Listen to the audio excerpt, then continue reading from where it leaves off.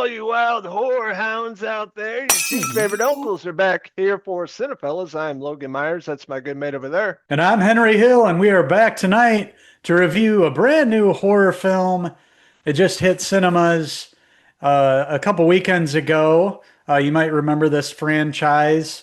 It's been going on for quite some time, but there's been a few years since the last installment, part five. So this is the sixth in the franchise. We are dealing with some family, supernatural a story here, having to deal with premonitions and some crazy stuff that happens that we're going to dive into now.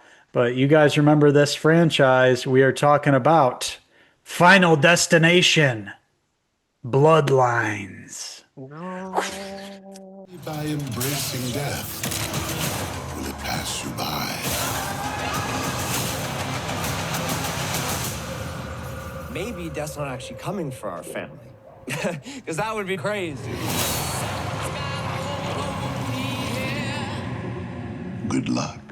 That's right. These two wild uncles are back at it tonight. We're talking about the brand new film, Final Destination Bloodlines, sixth installment in the franchise. Of course, this kick-started back in 2000, I believe. It's been 25 years since this all kind of Man. started, and I never thought we'd be in 2025 talking about the sixth Final Destination movie, but here we are.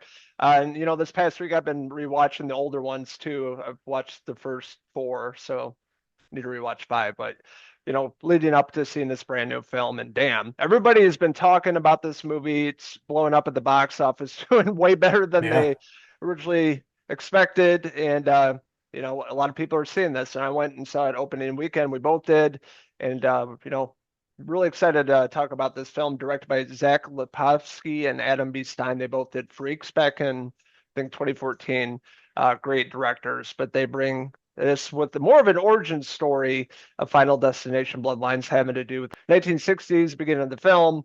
Sets up this character Iris, which she's there with her significant other. They're going up for a fancy dinner. Looks like the Space Needle in Seattle, but I think it's in Canada. But it looks like the Space Needle. Of course, it doesn't look very safe, especially back in the 1960s. Sets up probably one of the best parts of the movie, the opening scene. The first 15 minutes was just straight chaos and really, really well done in the visual effects side of things. Yeah, great way to start off the film and what you expect out of this franchise. A gnarly scene with death and chaos in a really inventive way. Yeah, being up in that Sky Needle, and not to spoil anything, but nearly everything goes wrong that could go wrong. And you can imagine with them being way up in the sky, there being elevators involved. And this taking place back in the 60s at the start of the movie. It really kicks off the movie in a great way, pulls you into the movie, and you just have a blast from the beginning scene here. Throughout the film, as far as the plot goes, we do get a story of a family and this kind of curse and these premonitions passing along through a family. This young girl starts having dreams and premonitions and thinking of this time back in the 60s when what we saw there in the beginning, and then her trying to figure out what's going on and figure out why she's seeing these things. And she figures out that it's part of her family, and she's going to have to try to do whatever she can to cheat death, in only the way that Final Destination you can, by sacrificing somebody or somebody dying. Otherwise, you're going to be next. Yeah, this is all having to do with family this time around. Death is going after the bloodline here. All starting with Iris in the original, beginning part of the film. Fast forward all these years later, her young granddaughter having the same premonition as Iris did back in the 60s before that big catastrophic event happened. And, she's her granddaughter's in college, but she's having these nightmares, seeing the premonition of this event that took place all those years before.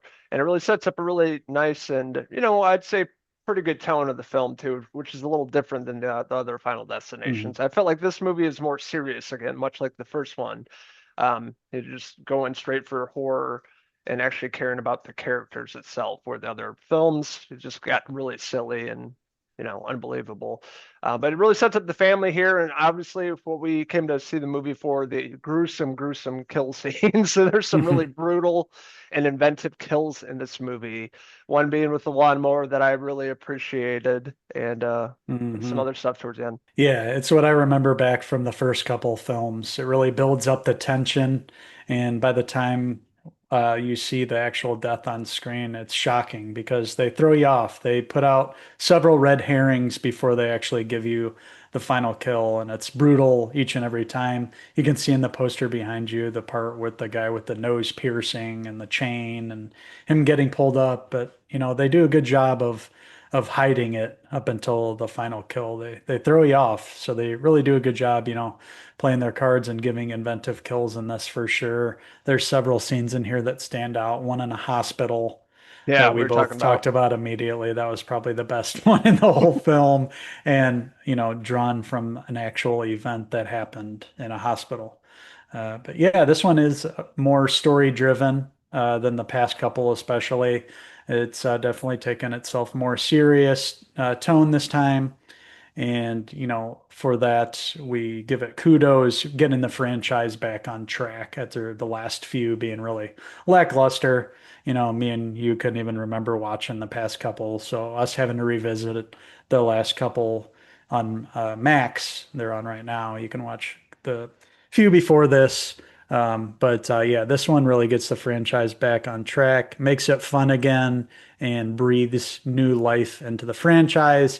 And this film also was the last appearance by horror legend and icon Tony Todd.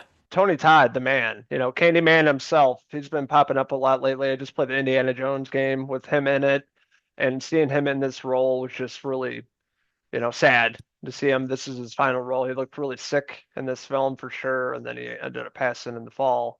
So his improvised scene in the movie, returning as William Bloodworth and having that whole beautiful scene about life is short and make the most of it kind of thing.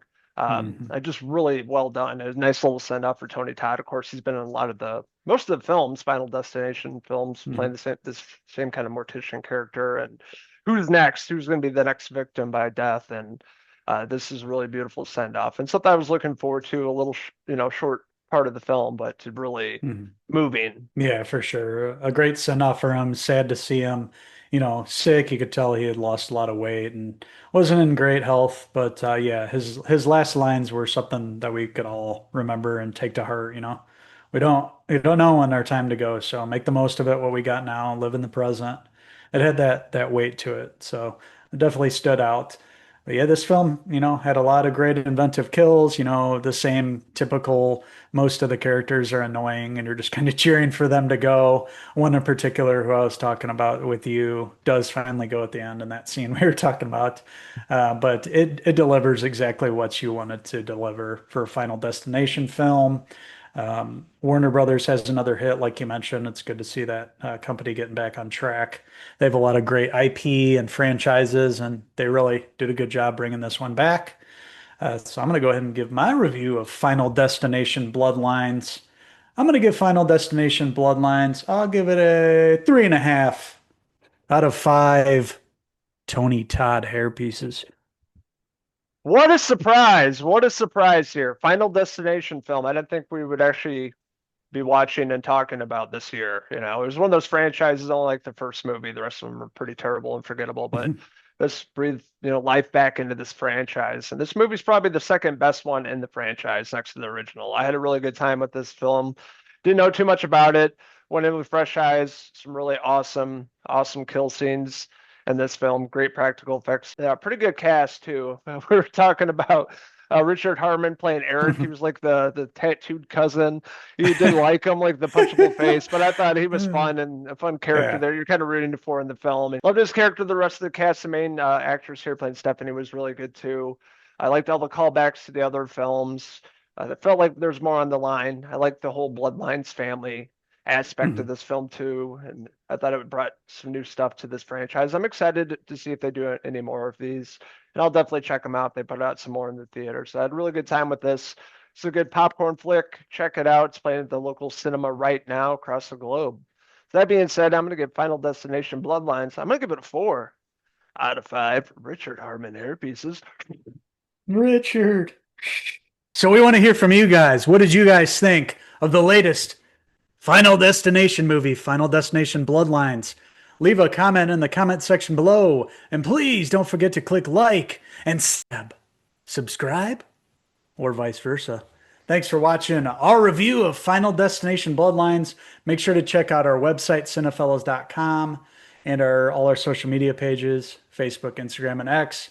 We're always posting all the latest and greatest in TV movie news and reviews, such as this one. Also, check out our YouTube channel right here all summer long. We're kicking off summer blockbuster season this weekend with the return of Tom Cruise and maybe in the possible last installment of Mission Impossible, kicking off the summer blockbuster. Same old Ethan. Same old Ethan. So we'll be back talking about that brand new film and plenty more coming up the rest of the summer. So until the next Cinephellas movie review, I am Uncle Henry Hill.